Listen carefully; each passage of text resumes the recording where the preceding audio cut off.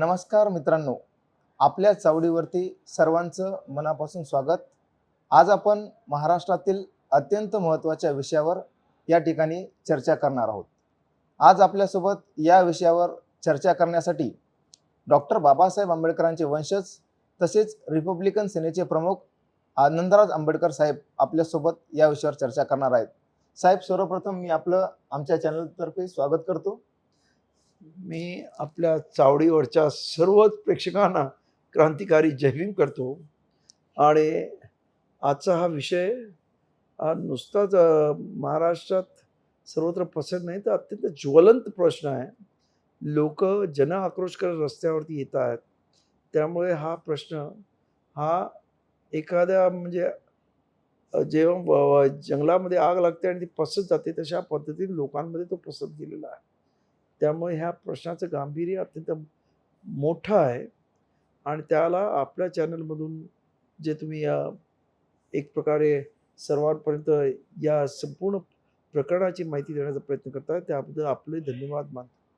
आनंदराज साहेब, आपण डॉक्टर बाबासाहेब आंबेडकरांचा विचार पुढे घेऊन जात आहात. सध्या महाराष्ट्रात आरक्षणाचे उपवर्गीकरण या विषयावर खूप चर्चा होत आहे. सर्वप्रथम आपली या विषयावरती भूमिका काय आहे? आमचं म्हणणं एवढंच आहे की या देशामध्ये बाबासाहेब आंबेडकरांनी संविधान दिलं तेव्हा त्याने या SC कुठल्याही प्रकारच्या जातीचं असं उपवर्ग केलं नाही, की बरं बाबासाहेबांनी हा संपूर्ण SC समाज जो पूर्वीचा अस्पृश्य होता, ज्यांचे प्रश्न सामाजिक असतील, शैक्षणिक असतील, आर्थिक असतील, सांस्कृतिक असतील, हे सर्व एक होते. आणि त्यामुळं त्याला बाबासाहेबांनी आपल्या लिखाणामध्ये डिप्रेस क्लास या नावाने संबोधलेलं आहे. त्यानंतर पहिल्यांदाच जेव्हा ह्याला आरक्षण द्यायचा विषय आला, तेव्हा जातीनिहाय आरक्षण द्यावं लागतं, म्हणून याला बाबासाहेबांनी अनुसूचित जाती असं म्हटलं. आता तुम्ही असं म्हणाल की असं कसं असेल, कारण इथे तर 59 जाती आहेत असं तुम्ही सांगता, मग या जाती कुठून आल्या? जर हा होमोजिनियस क्लास असेल आणि याच्यामध्ये बाबासाहेब म्हणतात त्याप्रमाणे क्लास आहे, या जाती नाहीत, तर मग हे एकसंघ होमोजिनियस आहेत, तर मग ह्या जाती कशा? त्या बाबासाहेबांनी असं सांगितलं आहे की हा संपूर्ण अस्पृश्य समाजाचे एकंदरीत प्रश्न एक होते, परंतु ह्या अस्पृश्य समाजामधल्या वेगवेगळ्या लोकांनी वेगवेगळे खालच्या स्तराचे धंदे निवडले. ज्याच्यातल्या ढोर समाजाने त्या तिथं मेलेली गुरं ओढून नेण्याचं आणि त्याचं कातडं काढण्याचं, चर्मकार समाजाने त्या कातळावरती चप्पल बनवण्याचं, किंवा आमचे वाल्मिकी समाज आहे त्याने गटारं आणि इतर साफ करण्याचं, अशा प्रत्येकाने वेगवेगळ्या प्रकारची कामं वाटून घेतली. आणि ती वाटून घेतलेल्या कामामुळं त्या कामानुसार त्यांना नावं पडली आणि त्या आता आपण जाती त्यांना आपण जाती संबोधतोय. त्या खरं म्हणजे जाती नाही आहेत, तर त्यांच्या कामाचं स्वरूप दर्शवतात, असं बाबासाहेब आंबेडकरांचं म्हणणं होतं. आता तुम्ही असं म्हणाल की मग महाराणा कुठचं काम होतं? तर महाराणा एकच काम होतं, म्हणजे त्या महार शब्द हा जर आपण लक्षात घेतलं की याची उत्पत्ती महा अधिक अरी या शब्दातून झालेली आहे. महा म्हणजे मोठा आणि अरी म्हणजे शत्रू. तर मोठा शत्रू असा जो वर्ग आहे, म्हणून महाराष्ट्रातल्या या लोकांना म्हणजे महार समाजाला महार म्हटलं गेलं आहे. आणि इरावती कर्वे यांनी तर पुढे जाऊन असं म्हटलं आहे की महाराष्ट्र जिथपर्यंत महार आहे तिथपर्यंत महाराष्ट्र, अशा पद्धतीने महाराष्ट्राची सुद्धा व्याख्या केलेली आहे. त्यामुळे ह्या जाती नसून हा एक वर्ग आहे आणि त्यांचे सर्वांचे प्रश्न हे एकसारखे आहेत आणि त्यामुळे त्याच्यामध्ये उपवर्ग होऊ नये ही बाबासाहेब आंबेडकरांची भूमिका होती. आणि त्यामुळंच जेव्हा त्यांनी संविधान लिहिलं तेव्हा अशा पद्धतीचं सब क्लासिफिकेशन त्याने अनुसूचित जाती किंवा अनुसूचित जमातीमध्ये केलेलं नाही. साहेब, आपण उपवर्गीकरणाला विरोध करत महाराष्ट्रभर भूमिका मांडत आहात. या विरोधामागची प्रमुख कारणे कोणती आहेत? पहिल्यांदा तर आम्ही बाबासाहेब आंबेडकरांचा विचार मानणारे लोक आहोत आणि आजही 21व्या शतकामध्ये सुद्धा अनुसूचित जातींच्या लोकांवरती जातीच्या नावावरती प्रचंड असे अन्याय अत्याचार होत आहेत. आज सुद्धा आमच्यामधल्या हुशार मुलांना जातीच्या नावावर वगळलं जातं आहे. UPSC, MPSCच्या एक्झाममध्ये रिटनमध्ये चांगले मार्क मिळवणारा मुलगा वायवामध्ये त्याला एवढं कमी मार्क दिले जातात आणि त्याला बाद करण्याचा प्रयत्न केला जातो. म्हणजे ही जी मानसिकता आहे, जातीची जी मानसिकता आहे, ती मानसिकता अजूनही या देशामधल्या सो कॉल्ड उच्चवर्णीयांच्या डोक्यामधून जात नाही. आणि त्यामुळं जे जात हे आता या देशाचं दुर्दैवानं लोकशाहीमध्ये अभेद्य अंग झालेलं आहे आणि जातीच्या प्रचंड अशा भिंती पडलेल्या आहेत. आणि ह्या भिंती खरं म्हणजे बाबासाहेब आंबेडकरांनी ॲनिहिलेशन कास्ट हा इंग्रजी ग्रंथ लिहिला, ज्याचं मराठी म्हणजे मराठी भाषांतर म्हणजे जाती निर्मूलन करणे असं होतं. पण दुर्दैवानं तसं अजूनही होऊ शकलं नाही. कारण बाबासाहेबांनी जी वैचारिक क्रांती केली, त्याच वेळेला या मनुवाद्यांनी बाबासाहेबांची ही क्रांती हरवण्यासाठी प्रतिक्रांती त्याच काळामध्ये RSSच्या रूपाने चालू केली. आणि आज दुर्दैवानं ते प्रतिक्रांतीवाले आपल्याला कुठेतरी पुढे जाताना दिसत आहेत. हे खरं या अनुसूचित जातीमधल्या सर्वच लोकांचं दुर्दैव असं म्हटलं तर वावगं ठरणार नाही. तेव्हा ह्या ज्या काही जाती आहेत, त्या जाती नसून हे क्लास आहे हे लक्षात घ्यायला पाहिजे आपण. इव्हन आपण OBC म्हणतो तर अदर बॅकवर्ड क्लास म्हणतो. अदर बॅकवर्ड कास्ट म्हणत नाही. त्यामुळे ह्या सर्व एक क्लास आहे. प्रत्येकाचे वेगवेगळ्या क्लासचे वेगवेगळे प्रश्न आहेत आणि प्रत्येक क्लासचा जो एकेका क्लासमध्ये त्याचं सर्वांचं एक वेगळे आयडेंटिटी आहे आणि ती आयडेंटिटी राखून ठेवायची. एकसंघ हे जर राहिले तर खऱ्या अर्थाने या देशामध्ये टिकू शकतील. नाहीतर परत एकदा यांच्यावर गुलामगिरी येण्याची शक्यता आहे आणि त्यामुळं आम्ही बाबासाहेबांच्या विचारावरती निष्ठा ठेवून या सर्व लोकांना एकसंघ ठेवण्याचा, त्यांच्यावरती होणाऱ्या अन्याय अत्याचाराचं परिमार्जन करण्याचा आणि त्याच्यासाठी कुठच्याही अनुसूचित जातीमधल्या कुठच्याही जातीवरती अन्याय अत्याचार झाले तर आज आंबेडकरवादी पहिल्यांदा रस्त्यावरती उतरतात.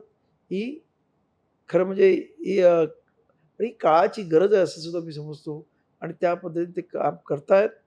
आणि त्यामुळं हे जर वेगवेगळे राहिले, वेगवेगळ्या जाती अनुसूचित जातीतल्या कोपऱ्या-कोपऱ्यामध्ये असं विभक्त राहिल्या, तर हे मनुवादी विचार लोक या सर्वांना कोपऱ्या-कोपऱ्यात घेऊन त्यांच्यावरती अन्याय आणि अत्याचार करून त्यांना परत एकदा गुलाम करतील ही आम्हाला भीती आहे आणि त्यामुळंच आमचा प्रयत्न आहे की त्यांना एकसंघ ठेवणं. साहेब, काही लोकांचं असं म्हणणं आहे की SC प्रवर्गातील काही समाजाला आरक्षणाचा जास्त लाभ मिळाला आणि काही समाज मागे राहिले.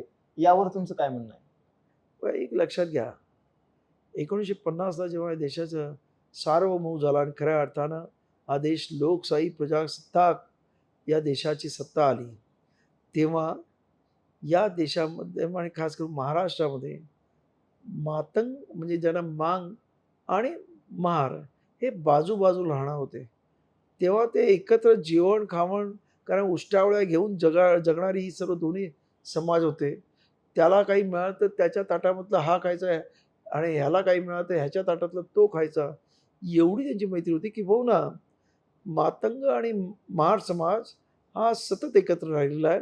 नामांतराच्या लढ्यामध्ये आपण पाहिलं असेल की महारांबरोबर मातंग समाजाने सुद्धा प्रचंड हाल अपेष्टा सोसल्या. पोचीराम कांबळेसारखा मातंग समाजाचा तरुण जय भीम, जय भीम करत शहीद झाला. परंतु जातीवाद्यांच्या कुठल्याही याला त्याने म्हणजे शरण गेला नाही.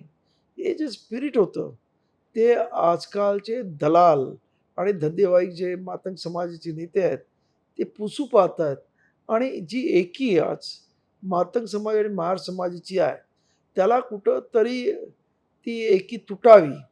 कारण आज मातंग समाजातला माझ्या मते तर 30-40% लोकं तर बौद्ध झालेली आहेत. त्याचबरोबर पश्चिम महाराष्ट्रामध्ये जे मातंग समाजातील लोकं आहेत, ते काही लोकं बाबासाहेबांनी धर्मांतर करण्याआधीपासून ते ख्रिश्चन झालेले आहेत. त्यांचे चर्च आहेत, त्यांचे फादर आहेत, त्यांची नावं विल्यम साळवे वगैरे अशा पद्धतीची आहेत. त्यामुळं आज हा जो समाज जो अत्यंत छोटा आहे म्हणजे महार समाज हा महाराष्ट्रातला सर्वात मोठा अनुसूचित जातीतला आहे आणि त्यामुळं तो वडिलकीच्या भावाने ह्या छोट्या भावाचं रक्षण करण्याचा प्रयत्न करतोय, परंतु छोट्या भावाला काही जण फूस लावत आहेत आणि आपसामध्ये भांडणं करण्याचा प्रयत्न करतायत. ते कुठेतरी संपवावं आणि परत एकदा जे म्हणजे पॅन्थरच्या काळामध्ये जी मातंग आणि महार समाजची जी युती होती किंवा ऐक्य होतं, ते परत एकदा तसंच राहावं, अबाधित राहावं, हा आमचा प्रयत्न आहे.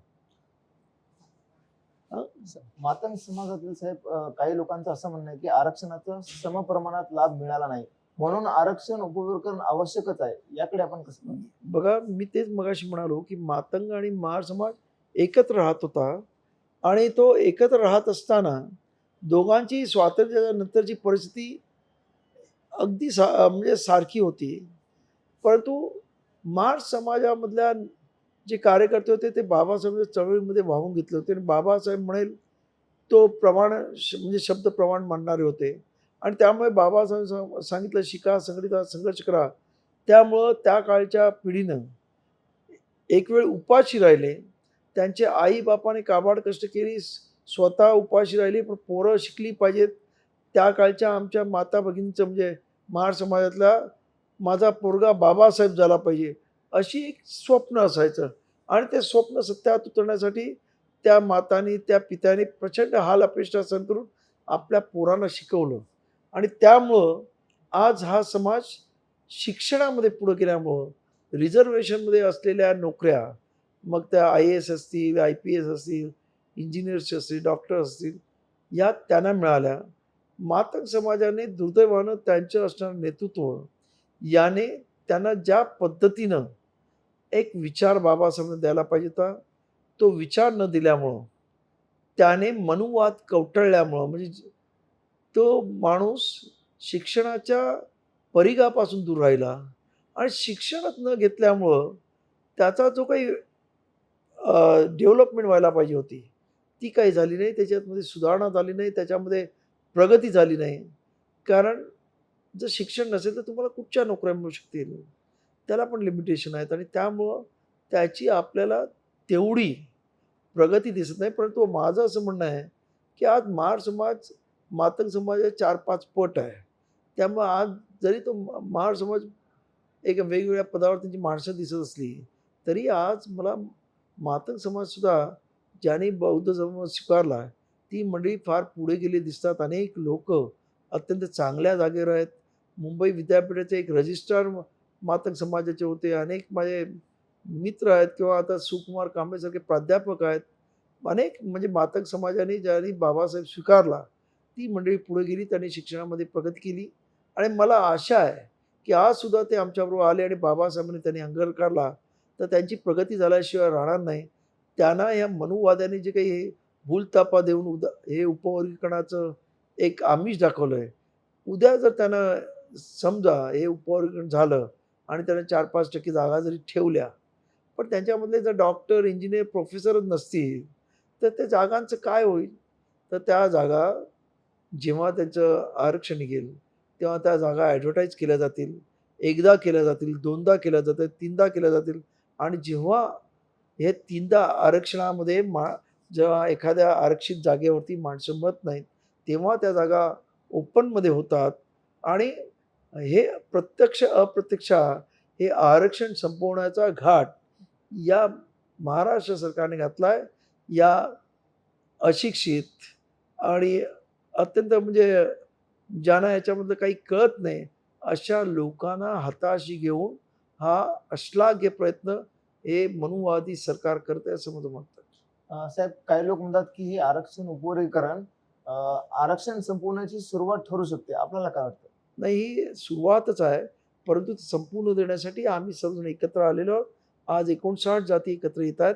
फार थोडे म्हणजे हे जे मातंग समाजाचे पण आजच्या मोर्चामध्ये कित्येक नेते मंडळी आणि कार्यकर्ते यामध्ये सामील झाले होते. त्यांनासुद्धा कळून चुकलेलं आहे, की हे आपल्याला लॉलीपॉप दाखवत आहेत. यांना काही करायचं नाही आहे.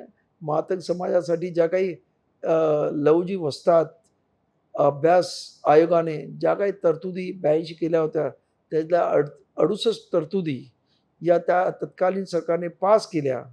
आजपर्यंत त्या तरतुदीसाठी या सरकारने, महाराष्ट्र सरकारने एक पैसा खर्च केला नाही.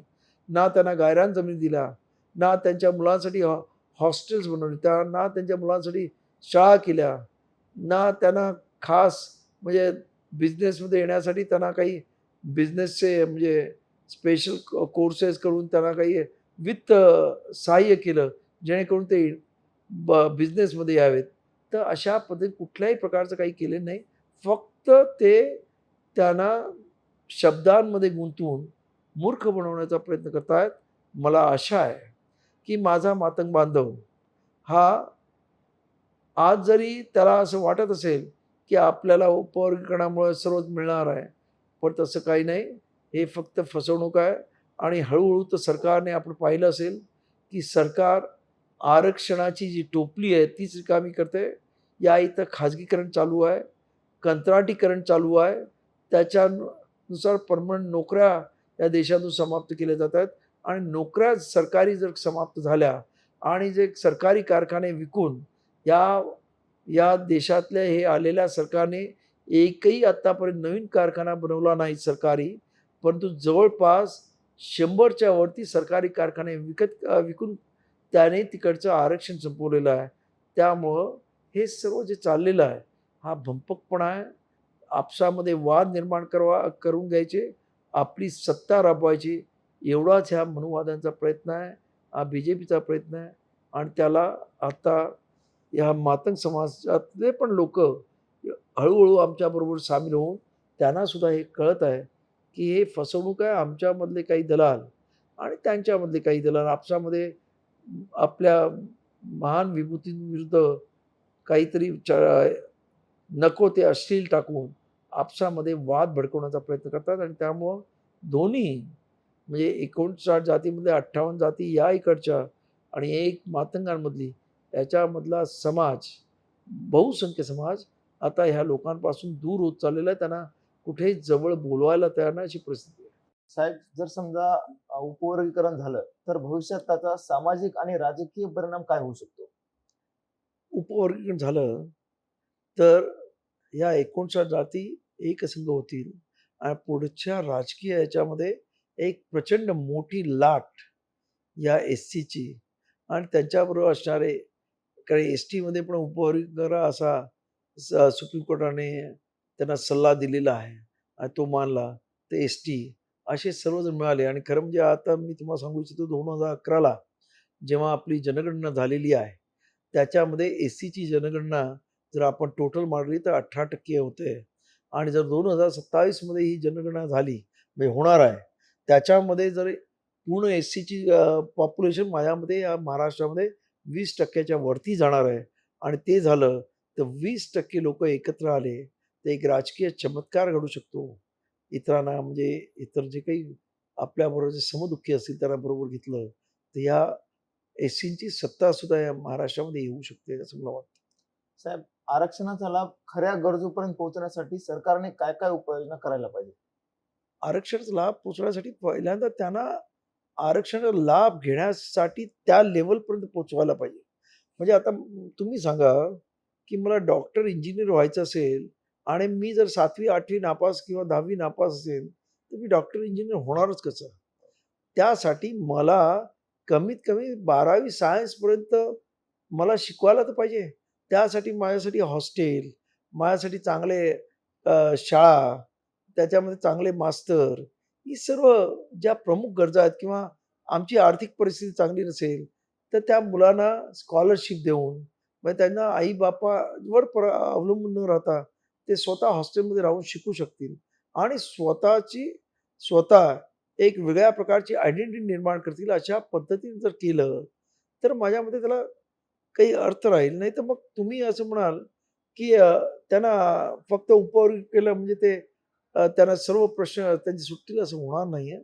त्यामुळं त्यांना त्या म्हणजे त्यांना त्या आरक्षणाचा लाभ घेण्यापर्यंत तरी त्यांना तिथपर्यंत पोहोचवण्याची गरज आहे असं मला वाटतं. साहेब, जर समजा सरकारने उद्या चालून उपवर्गीकरण केलं, तर आपण आंबेडकरी समाजाचे नेते म्हणून किंवा आपण सगळ्या समूहांचे नेते म्हणून आपली भूमिका काय असेल?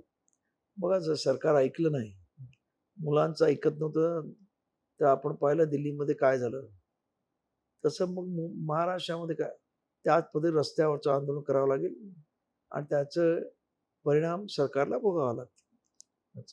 साहेब, आपण अनेक आंदोलनामध्ये सहभागी झालात. आजच्या ज्या चळवळी आहेत याच्यासमोर आपलं कोणतं आव्हान वाटतं? आजच्या चळवळीमध्ये मोठं आव्हान आहे की या देशामध्ये एक लक्षात घ्या, आता देशामध्ये नव्हे तर जगामध्ये कॉम्प्युटर युग चालू आहे आणि कॉम्प्युटरवर मागे पडलं. आता आर्टिफिशियल इंटेलिजन्स आलं. आपण जर पाठीमागचा बॅकड्रॉप बघितला तर पूर्वी एखाद्या बँकेमध्ये 10-15 लोक कामं करायचे. आज कॉम्प्युटर युग आल्यानंतर 3-4 लोक दिसतात. उद्या AI ज्या पद्धतीने वाढणार आहे, त्यानंतर त्या बँका राहतील की नाही हा प्रश्न आहे. त्याच्यामध्ये फक्त तुमच्या मोबाईलमधूनच सर्व तुम्ही तुमचं अकाउंट्स मेंटेन करू शकाल. म्हणजे कितीतरी लोकं सरप्लस होणार आहेत. नोकऱ्या मिळणार नाहीत. आणि म्हणून सरकार काय करतंय, की उच्च शिक्षणावरती आता हळू बंदी आणते आणि मग सरकारचं काय धोरण आहे? Skill India. स्किल इंडिया म्हणजे काय?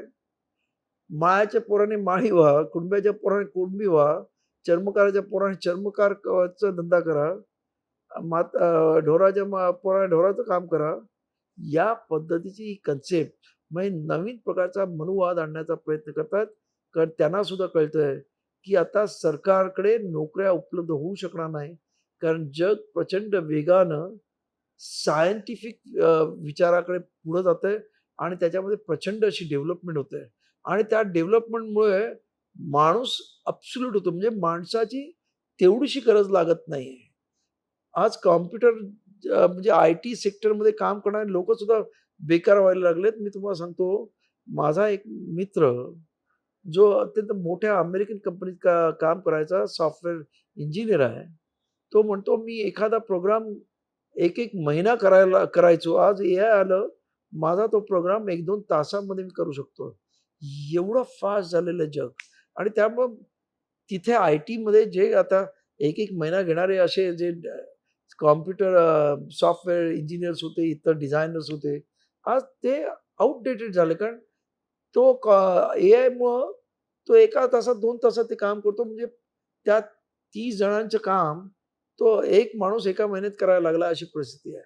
तर याच्यामुळं काय झालंय, की सरप्लस हे मॅनपॉवर झालेलं आहे आणि सरकारला हे बरोबर माहिती आहे आणि त्यामुळे हे सरप्लस मॅनपॉवर त्यांना माहिती आहे, की हे सरप्लस मॅनपॉवर त्यांना यूज करायचं आहे. पण ते कसं, की तुम्ही फिटर व्हा, इलेक्ट्रिशियन व्हा, मेकॅनिक व्हा, कुणबी व्हा, माळी व्हा, शेतकरी व्हा आणि आम्ही जे उच्चवर्णीय स्वतःला जे समजतात, त्याने ह्याच्यामधलं सायंटिफिक दृष्टिकोन घ्यायचा आणि त्यांनी त्या पद्धतीनं हे करायचं.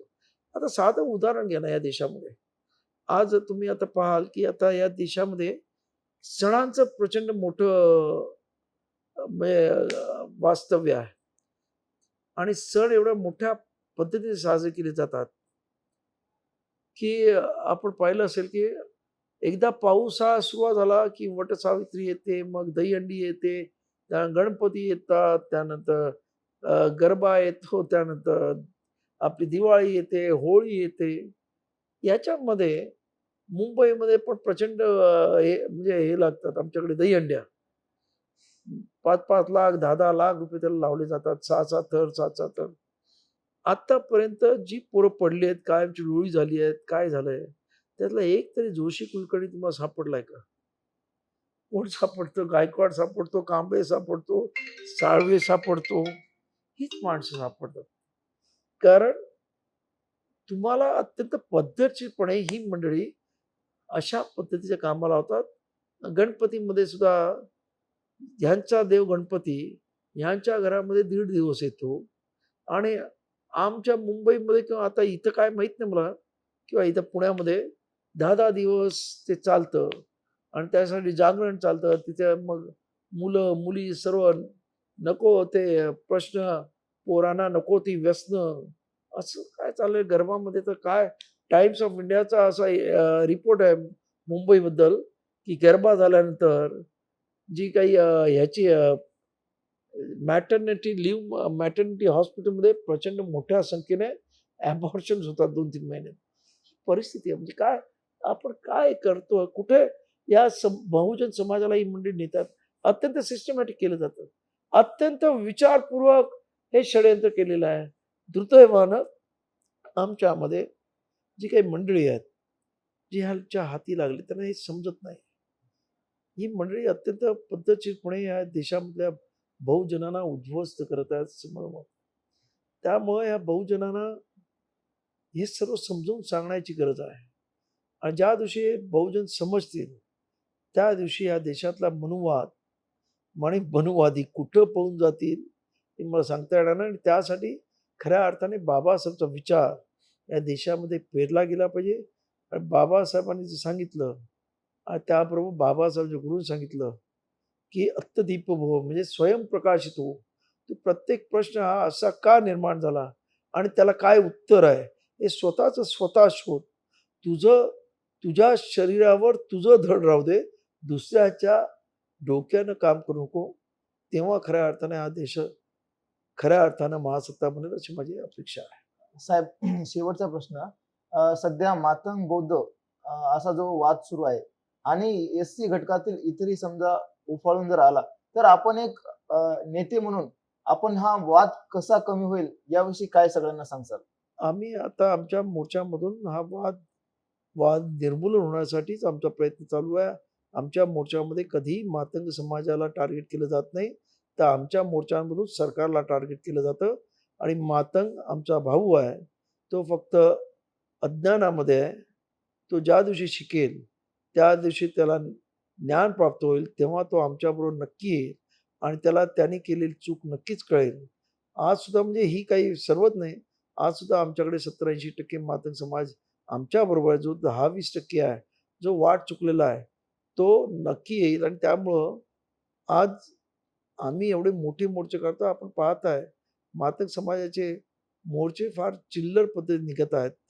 आणि एकच मोर्चा जो स्पॉन्सरशिपमध्ये लातूरला काढण्यात आला, ज्याची मला माहिती आहे, कोणी किती स्पॉन्सरशिप दिली, तेवढा मोर्चा सोडला. ते फारच थिल्लर काम चाललेलं आहे.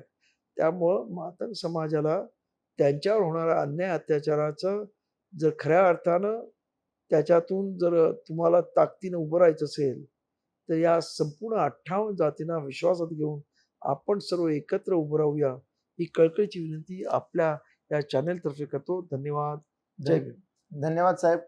आपण आम्हाला या उपयोजनाच्या मुद्द्यावर सखोल असं या ठिकाणी मांडणी केलीत. त्याबद्दल आपले मी आभारी आहे.